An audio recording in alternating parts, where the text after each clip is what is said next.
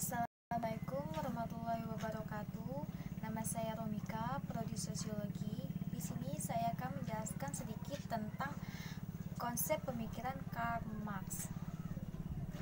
Dalam keluarga Klangah, Marx belajar hukum dan filsafat Hegelian. Karena publikasi politiknya, Marx menjadi tak bernegara dan tinggal dalam pengasingan di London, di mana ia tetap mengembangkan pemikiran dalam kolaborasi dengan pemikir Jerman Friedrich Engels dan menerbitkan tulisan-tulisannya, melakukan riset di ruang baca British Museum.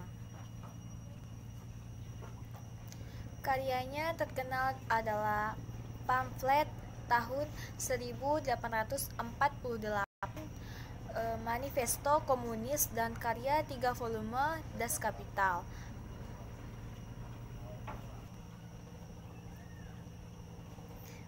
Pemikiran politik dan filsafatnya memiliki pengaruh pada sejarah intelektual, ekonomi, dan politik pada masa berikutnya, dan namanya dipakai sebagai adjektif pengucapan dan aliran teori sosial. Teori-teori Marx tentang masyarakat, ekonomi, dan politik yang secara kolektif dimengerti sebagai Marxisme menyatakan bahwa umat manusia berkembang melalui perjuangan kelas. Dalam kapitalisme, manifest itu sendiri berada dalam konflik antar kelas pemerintah.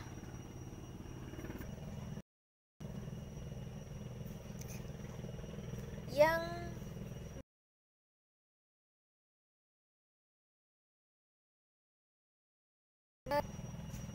semua perekonomian negara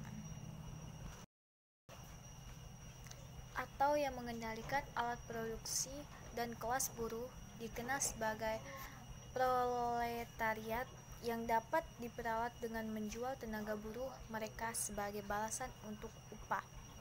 Memajukan kesepakatan kritikal yang dikenal sebagai materialisme sejarah, Marx memprediksi bahwa seperti sistem sosioekonomi sebelumnya, kapitalisme memproduksi ketegangan internal yang akan berujung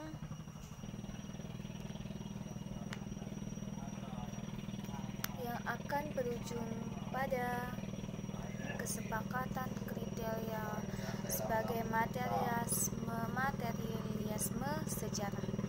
Marx memprediksi bahwa seperti sistem sosioekonomi, kapitalisme memproduksi ketegangan internal yang akan berujung pada penghancuran diri dan digantikan oleh sistem baru, yaitu sosialisme.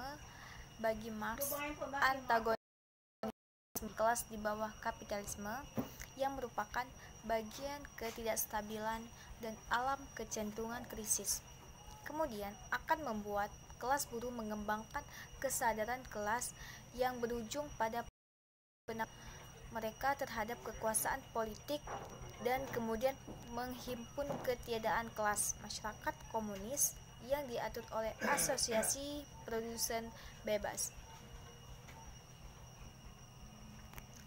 Masyarakat komunis yang diatur oleh asosiasi produsen bebas. Marx aktif mendorong penerapannya, berpendapat bahwa kelas tenaga kerja harus mengadakan tindakan revolusioner untuk mengguling kapitalis dan mengirim emansipasi sosioekonomi. Marx dianggap sebagai salah satu tokoh paling berpengaruh dalam sejarah manusia, dan karyanya diuji sekaligus dikritik.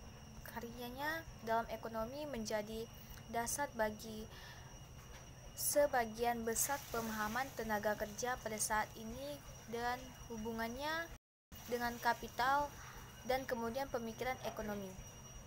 Beberapa serikat buruh, seniman, dan partai politik di seluruh dunia dipengaruhi oleh karya Marx, dengan beberapa pihak memodifikasi atau mengadaptasi gagasan-gagasannya. Marx biasanya disebut sebagai salah satu arsitek utama dari ilmu sosial modern. Nah, itu saja penjelasan dari saya tentang Karl Marx. Saya akhiri. Wassalamualaikum warahmatullahi wabarakatuh.